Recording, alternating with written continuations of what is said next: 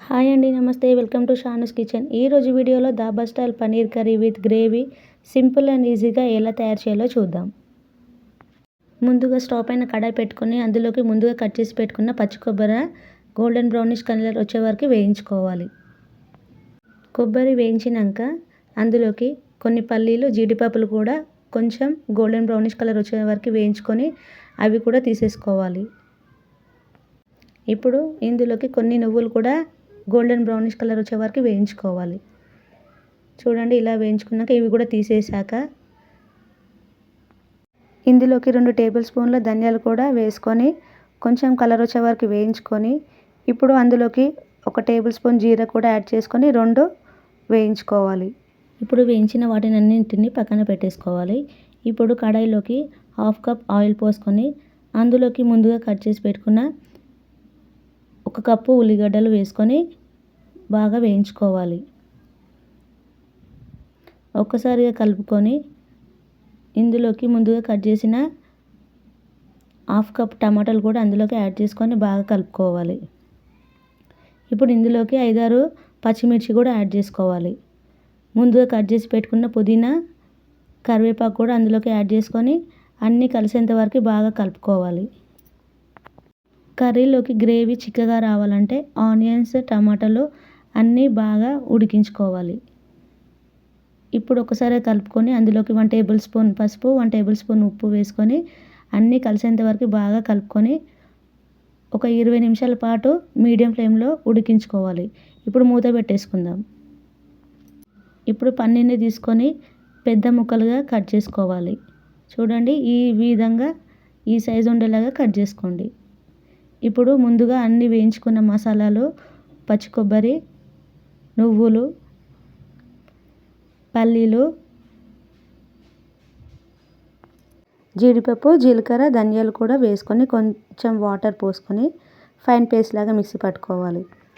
20 నిమిషాల పాటు ఉడికించుకున్న ఉల్లిగడ్డలు, టమాటాలు చక్కగా ఉడికాయి కదండి. ఇప్పుడు స్టవ్ ఆఫ్ చేసుకొని ఒక 20 నిమిషాల పాటు పక్కన పెట్టేసుకోవాలి. చల్లగా అయ్యాక జార్లోకి ట్రాన్స్ఫర్ చేసేసుకొని మిక్సీ పట్టుకోవాలి. చూడండి, కన్సిస్టెన్సీ ఈ విధంగా వచ్చేలాగా చూసుకోవాలి. ఇలా వస్తే గ్రేవీ కన్సిస్టెన్సీ చాలా చక్కగా వస్తుంది. ఇప్పుడు ఒక కడాయిలోకి 1/2 కప్ ఆయిల్ పోసుకొని అందులోకి ముందుగా దంచుకున్న మసాలా కూడా యాడ్ చేసుకోవాలి. అవి కొంచెం వేగాక అందులోకి 2-3 బిర్యానీ ఆకులు కూడా యాడ్ చేసుకోవాలి. ఒకసారిగా కలుపుకొని ఇప్పుడు అందులోకి 2 టేబుల్ స్పూన్ల అల్లం వెల్లుల్లి పేస్ట్ కూడా యాడ్ చేసుకొని పచ్చి వాసన పోయే వరకు కలుపుకోవాలి. ఇప్పుడు ఇందులోకి ముందుగా మిక్సీ పట్టుకున్న పేస్ట్ని కూడా యాడ్ చేసుకొని ఒక్కసారిగా బాగా కలుపుకుందాం. దీనిని ఒక 15 నిమిషాల పాటు మీడియం ఫ్లేమ్లో ఉడికించుకోవాలి. ఇలా ఉడికాక చూడండి, ఆయిల్ ఇలా పైకి తేలే వరకు ఉడికించుకొని ఒక్కసారి కలుపుకున్నాక ఇందులోకి ముందుగా మిక్సీ పట్టుకున్న మసాలా పేస్ట్ని కూడా యాడ్ చేసుకొని అన్నీ కలిసే వరకు బాగా కలుపుకోవాలి. కొంచెం పులుపు ఎక్కువ తినేవాళ్ళు కొంచెం చింతపండు కూడా ఇందులోకి యాడ్ చేసుకోవచ్చు. దీనిని ఒక 15 నిమిషాల పాటు ఉడికించుకుందాం. వేసుకున్న మసాలాలన్నీ బాగా ఉడుకుతున్నాయి కదండి. ఇలా ఉడికినాక ఒక్కసారి కలుపుకొని ఇప్పుడు ఇందులోకి గ్రేవీ చిక్కబడకుండా 2 కప్పుల వాటర్ కూడా పోసేసుకొని బాగా కలుపుకోవాలి. ఇలా గ్రేవీని కలుపుకొని ఇందులోకి 1 టేబుల్ స్పూన్ సాల్ట్ కూడా యాడ్ చేసుకొని బాగా కలుపుకొని మీడియం ఫ్లేమ్లో ఒక 10 నిమిషాల పాటు ఉడికించుకోవాలి.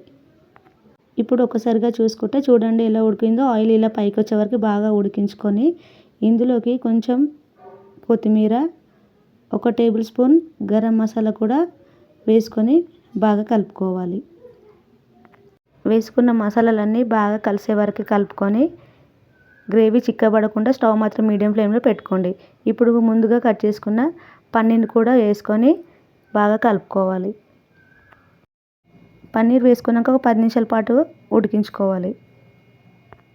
ఇప్పుడు ఒక్కసారిగా చూసుకుంటే గ్రేవీ చూడండి ఎంత చిక్కగా ఉడికిందో. పన్నీర్ ఇలా స్పూన్తో విరిస్తే విరిగేటట్టు మెత్తగా ఉండేలాగా చూసుకోవాలి.